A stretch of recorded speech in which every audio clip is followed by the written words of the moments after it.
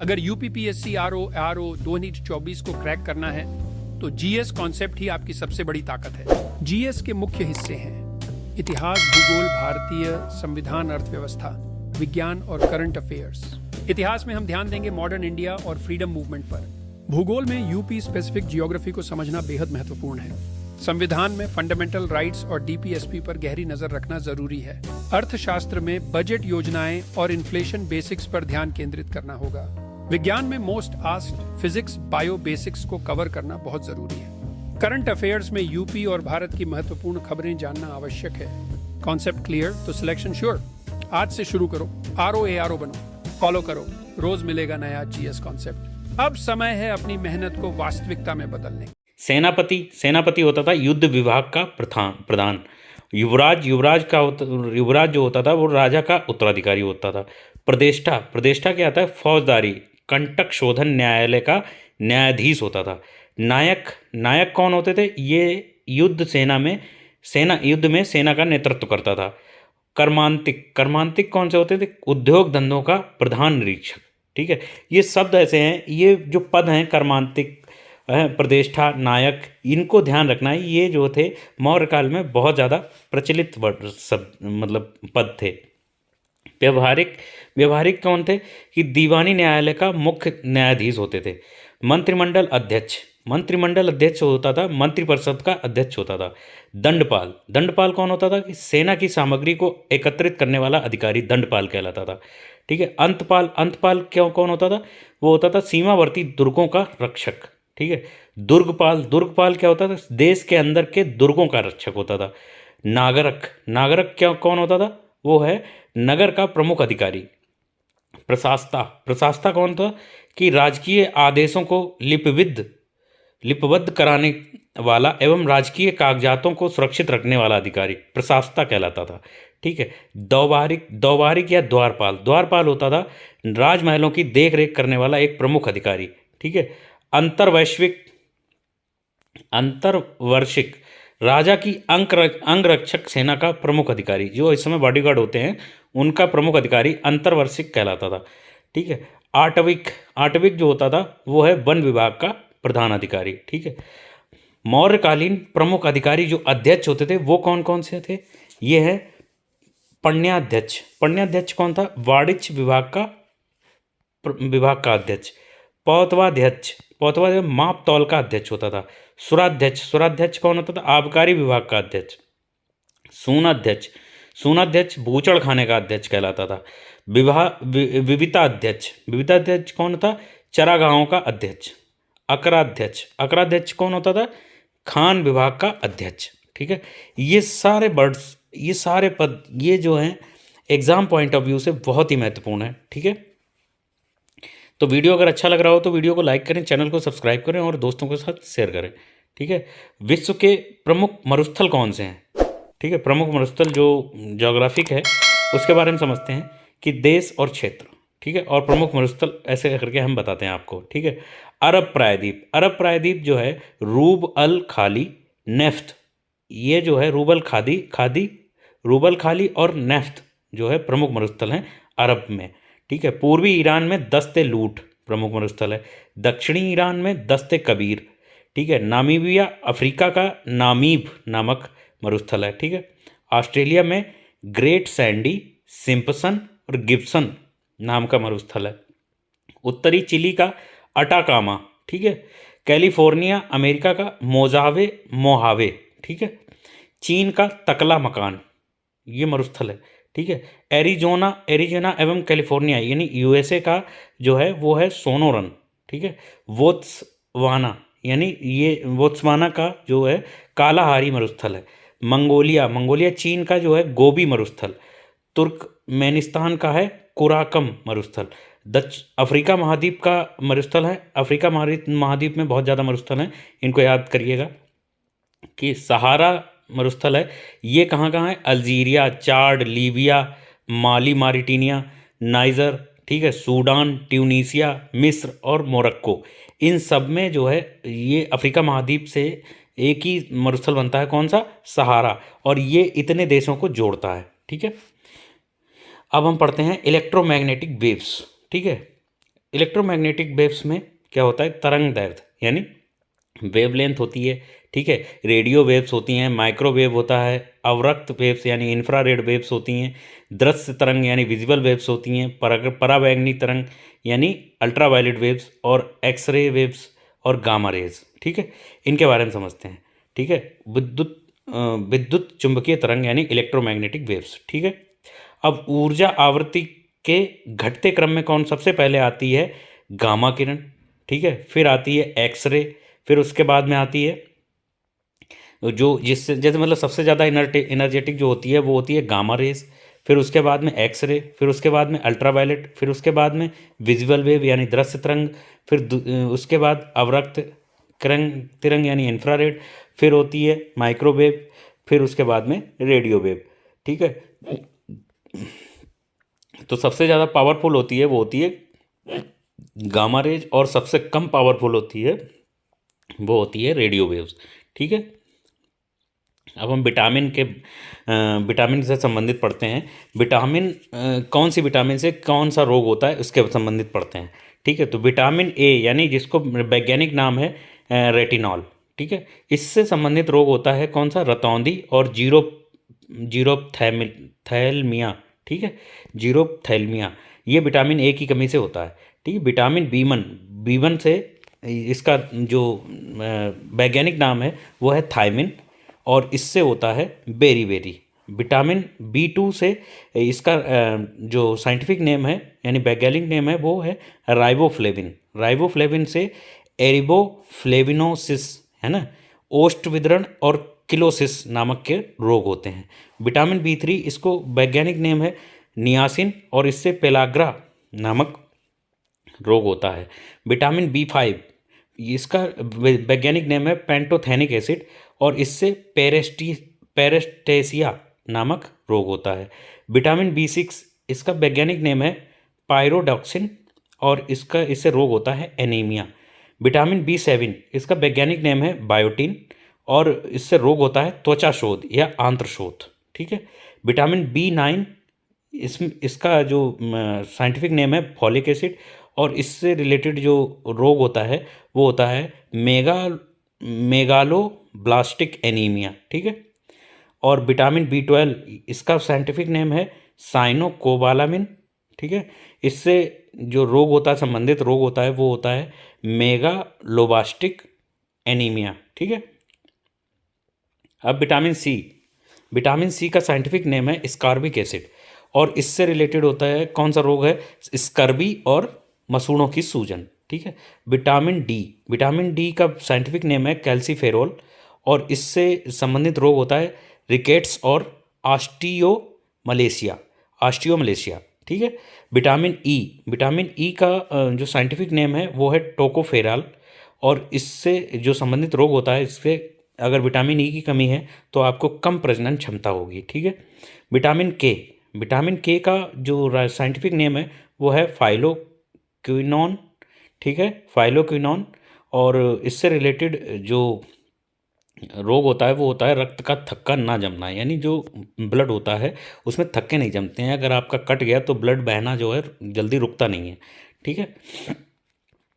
अब हम पढ़ते हैं प्रमुख पादप हार्मोन्स, ठीक है, यानी प्लांट हार्मोन्स, जो वृद्धिवर्धक और वृद्धिरोधक के बारे में समझते हैं, ठीक है। तो वृद्धिवर्धक जो होता है वो होता है ऑक्सिन, और वृद्धिरोधक होता है इथाइलिन, ठीक है। वृद्धिवर्धक पहले हार्मोन्स पढ़ते हैं, ऑक्सिन, जिब्रेलिक एसिड और साइटोकाइनिन, ठीक है। और वृद्धिरोधक जो होते हैं वो हैं इथाइलिन और एब्सिक एसिड, ठीक है। अब शतपथ ब्राह्मण में वर्णित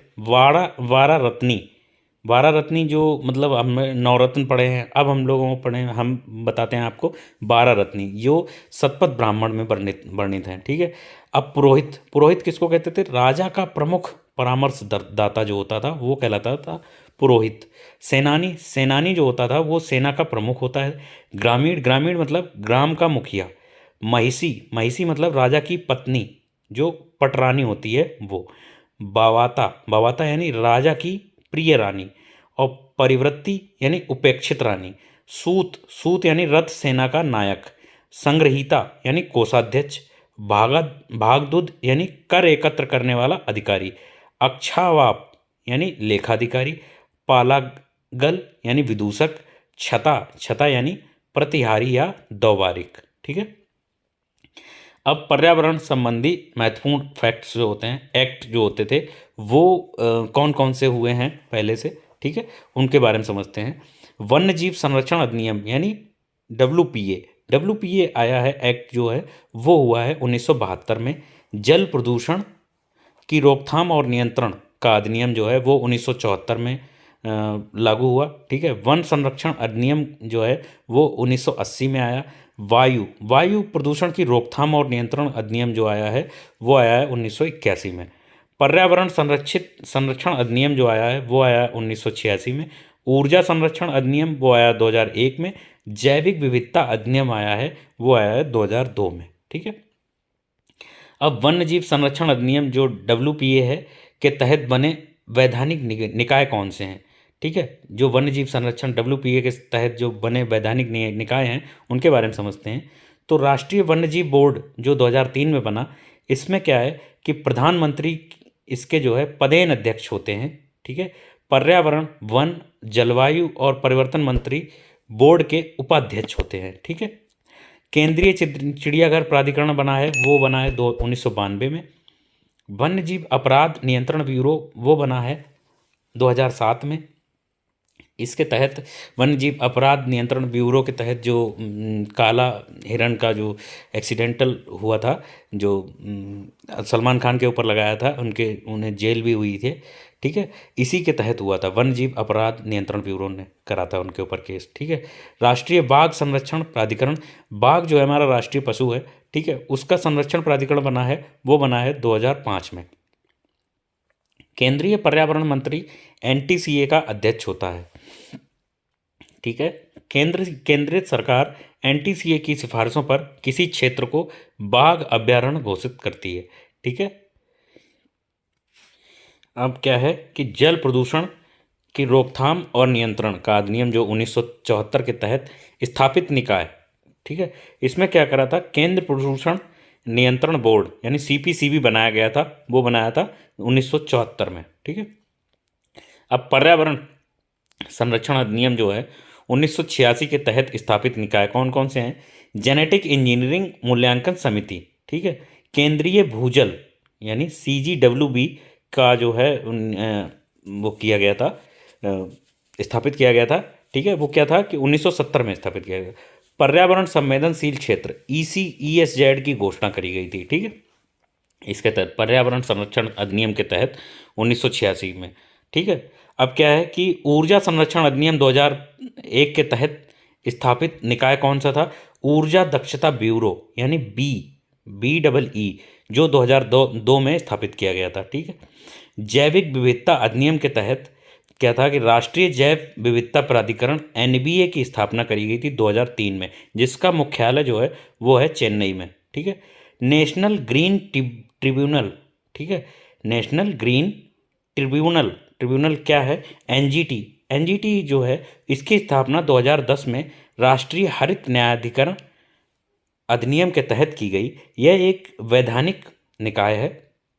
भारत, ऑस्ट्रेलिया और न्यूजीलैंड के बाद एक विशेष पर्यावरण न्यायाधिकरण स्थापित करने वाला दुनिया का तीसरा देश है और किसी अन्य देशों में नहीं है। ठीक है। ये 2010 में NGT की स्थापना करी गई थी। ठीक है। कर्नाटक युद्ध, जो कर्नाटक युद्ध है उसके बारे में समझते हैं कि प्रथम कर्नाटक युद्ध हुआ था, वो हुआ था 1746 से 1748 के बीच में। और इनमें क्या हुआ था कि एक्स ला सापेल की संधि हुई थी। मद्रास को अंग्रेजों को वापस कर दिया गया था। मद्रास समझ रहे? चेन्नई उस समय मद्रास के नाम से जानी जाती थी। ठीक है। द्वितीय कर्नाटक युद्ध में क्या हुआ था कि जो हुआ 1749 से लेकर 1754 तक, ठीक है, यह अनिर्णित रहा, इसमें कोई निर्णय नहीं निकला। ठीक है। तृतीय कर्नाटक युद्ध जो 1758 से 1763 तक हुआ, इसमें क्या हुआ था कि पेरिस की संधि हुई और पौंडीचेरी फ्रांसीसियों को वापस कर दिया गया था। ठीक है। वांडीवास का निर्णायक युद्ध कब हुआ था? ये हुआ था 22 जनवरी 1760 को तमिलनाडु में वांडीवास यानी वंदवासी में लड़ा गया था। इस समय जो है वो वांडीवास जो है वंदवासी के नाम से जाना जाता है। फ्रांसीसियों के ऊपर अंग्रेजों की निर्णायक जीत हुई थी। ठीक है, अंग्रेजों का नेतृत्व सर आयरकूट तथा फ्रांसीसियों का नेतृत्व काउंट डी लैली द्वारा किया गया था। ठीक है, एंग्लो मैसूर युद्ध। एंग्लो मैसूर युद्ध कौन सा है कि इसमें प्रथम एंग्लो मैसूर युद्ध जो है वो 1767 से 1769 के बीच में लड़ा गया। इसमें क्या हुआ, हैदर अली विजयी रहे और इसमें मद्रास की संधि हुई। बंगाल के गवर्नर जनरल हैरी वेरलस्ट के समय में ये युद्ध हुआ था। ठीक है, द्वितीय एंग्लो मैसूर युद्ध में क्या हुआ था कि मैंगलोर की संधि हुई और गवर्नर जनरल वारेन हेस्टिंग्स के समय पे ये युद्ध किया गया था। ठीक है, तीसरा एंग्लो मैसूर युद्ध 1790 से 1792 तक चला। श्रीरंगपट्टम की संधि हुई। अंग्रेजों ने मैसूर के लगभग आधे क्षेत्र पर कब्जा कर लिया था। टीपू पर 3 करोड़ रुपए का युद्ध क्षति भुगतान लगाया था अंग्रेजों ने। ठीक है, इस समय गवर्नर जनरल लॉर्ड कॉर्नवालिस था। ठीक है, चतुर्थ एंग्लो मैसूर युद्ध जो था वो 1799 में लड़ा गया था। इसमें टीपू की मृत्यु हो गई थी। मैसूर पर सहायक संधि थोप दी गई थी और यह लॉर्ड वेलेस्ली के समय लड़ा गया था। ठीक है, अब हम पढ़ते हैं चेंगम की लड़ाई। उम्मीद करते हैं आपको वीडियो अच्छा लग रहा होगा। वीडियो अगर अच्छा लगे तो वीडियो को लाइक करें, चैनल को सब्सक्राइब करें और अपने दोस्तों के साथ शेयर करें। ठीक है, चेंगम की लड़ाई जिसे चंगामा की लड़ाई से जाना जाता है, प्रथम एंग्लो मैसूर की युद्ध का हिस्सा थी ये। ठीक है, 1767 में हुई थी। पोलीलूर का युद्ध ये 1780 में हुआ। टीपू ने हेक्टर मुनरो की सेना को पराजित किया था इस समय। ठीक है, पोर्टो नोवो का युद्ध ये 1781 में हुआ था। इस समय क्या हुआ था कि हैदर अली और सर आयरकूट के बीच सर आयरकूट की जीत हुई थी। इसने सर आयरकूट ने हैदर अली को हरा दिया था। ठीक है, यह लड़ाई द्वितीय एंग्लो मैसूर युद्ध का हिस्सा थी। ठीक है, शिवाजी के दरबार में अष्टप्रधान जो शिवाजी का दरबार था उसमें अष्टप्रधान के बारे में समझते हैं। इसमें क्या था कि पेशवा कौन था कि राजा का प्रधानमंत्री होता था। ठीक है, ये जो बाजीराव मूवी में इसको दिखाया गया, पेशवा बाजीराव। ठीक है, वो कौन थे कि राजा का प्रधानमंत्री थे। ठीक है, आमत्य अथवा मजूमादार। ठीक है, इसमें इसको क्या बोलते थे कि वित्त मंत्री एवं राजस्व मंत्री, जिनको जो है अमात्य एवं मजूमादार जिनको नाम से जानते थे। ठीक है, वाकिया नवीस या मंत्री राजा के दैनिक कार्यों तथा दरबार की प्रतिदिन कार्यवाहियों का विवरण रखता था। ठीक है, सचिव अथवा शुरुनवीस राजकीय पत्र व्यवहार का कार्य देखते थे। सुमंत और या दबीर जो थे विदेश मंत्री जो होते हैं उन्हें सुमंत या दबीर कहा जाता था। ठीक है, सेनापति या सरे नौबत इनको क्या, ये कौन होते थे, ये होते थे कि सेना की भर्ती, संगठन, रसद आदि का प्रबंध करना इनका काम था। ठीक है, पंडित राव विद्वानों और धार्मिक कार्यों के लिए अनुदानों का दायित्व निभाना। ठीक है, न्यायाधीश जो मुख्य न्यायाधीश होते थे उनको न्यायाधीश कहा जाता था। भूमध्य सागरीय जलवायु के अंतर्गत विभिन्न प्रकार की वनस्पति यानी वेजिटेशन के बारे में समझते हैं। उस समय जैसे आज भी यही भूमध्य सागरीय जलवायु के अंतर्गत विभिन्न प्रकार की जो वनस्पतियां होती हैं उनके बारे में हम समझते हैं, वनस्पति प्रकार और क्षेत्र। ठीक है, मैक्विस जो होती है भूमध्य सागरीय तट पे मैक्विस प्रकार की वनस्पति पाई जाती है। ठीक है, फैनवास जो होती है वो दक्षिण अफ्रीका में पाई जाती है। चैपरल कैलिफोर्निया में पाई जाती है। माटोरल जो होता है वो चिली में पाई जाती है। अब हम नेक्स्ट पढ़ते हैं प्रमुख अभिलेख एवं संबंधित शासक। अभिलेख और शासक के बारे में समझते हैं। ठीक है, हाथी गुम्फा अभिलेख ये कौन था, कलिंग नरेश खारवेल शासक थे। ठीक है, अहोल अभिलेख अहोल। ठीक है, ये थे पुलकेशिन सेकंड। ठीक है, नासिक अभिलेख ये लिखा था किसने, गौतमी वल्सरी। जूनागढ़ अभिलेख ये लिखा रुद्रदामन ने। ठीक है, प्रयाग स्तंभ अभिलेख ये लिखा है समुद्रगुप्त ने। मंदसौर अभिलेख ये लिखा मालवा नरेश यशोवर्मन ने। ग्वालियर अभिलेख ये प्रतिहार नरेश भोज ने लिखा है। देवपाड़ा अभिलेख ये लिखा बंगाल शासक विजयसेन ने। भितरी जूनागढ़ अभिलेख ये लिखा स्कंदगुप्त ने। ठीक है, अब हम प्रमुख वक्र यानी जो कर्व है उसके बारे में समझते हैं। ठीक है, लॉरेंज वक्र। लॉरेंज वक्र क्या होता है कि आय की विषमता को प्रदर्शित करता है। ठीक है, कुजनेटस कुजनेट्स वर्क वक्र कुजनेट्स वक्र जो होता है, आर्थिक विकास के बढ़ने पर शुरू में आर्थिक असमानता बढ़ती है और एक बिंदु के बाद असमानता घटने लगती है। यह उल्टे यू के आकार का होता है, उसे कहते हैं कुजनेट्स वक्र। ठीक है, लाफर वक्र। लाफर वक्र क्या होता है कि कर की दर और कर राजस्व के बीच संबंध की व्याख्या करता है, यू के आकार का होता है ये भी। ठीक है, फिलिप्स वक्र बेरोजगारी और मुद्रास्फीति के दरों के बीच व्युत्क्रमानी संबंध को प्रदर्शित करता है, फिलिप्स वक्र। ठीक है, गिनी गुणांक। गिनी गुणांक यानी गिनी कॉफिशिएंट, इनको ये क्या होता है, ये होता है आर्थिक असमानता के मापन की विधि को गिनी गुणांक कहते हैं।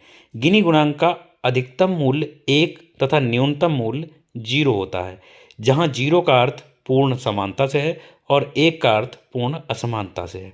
ठीक है, प्रमुख पर्वतमाला एवं उनकी लंबाई के बारे में समझते हैं। नेक्स्ट जो फैक्ट है उसके बारे में। अब यह है कि पर्वतमाला और लंबाई। ठीक है, एंड सबसे ऊंची जो पर्वतमाला है वो सबसे लंबी पर्वतमाला है वो है एंडीज पर्वतमाला। इसकी लंबाई है 7,000 किलोमीटर। ठीक है, रॉकी पर्वतमाला, इसकी लंबाई है 4800 किलोमीटर। ग्रेट डिवाइडिंग रेंज इसको कहते हैं, इसकी लंबाई है 3500 किलोमीटर। कुनलुन पर्वतमाला यह है 3000 किलोमीटर। और यूराल पर्वतमाला, एटलस पर्वतमाला, हिमालय पर्वतमाला, इसकी लंबाई है कितनी, 2500 किलोमीटर। ग्रेट बैरियर रीफ ठीक है, इसकी लंबाई है 2300 किलोमीटर। ठीक है, अब नेक्स्ट फैक्ट के बारे में पढ़ते हैं, सल्तनत कालीन प्रशासनिक विभाग। ठीक है, सल्तनत कालीन। अब सल्तनत कालीन में सबसे पहले हम सब पढ़ते हैं विभाग जो संबंधित क्षेत्र हैं और उनके शासक, उनके बारे में समझते हैं। दीवाने अर्ज यानी जो सैन्य विभाग होता था वो किसके समय पे होता था, बलबन के उस समय शासक होते थे। ठीक है,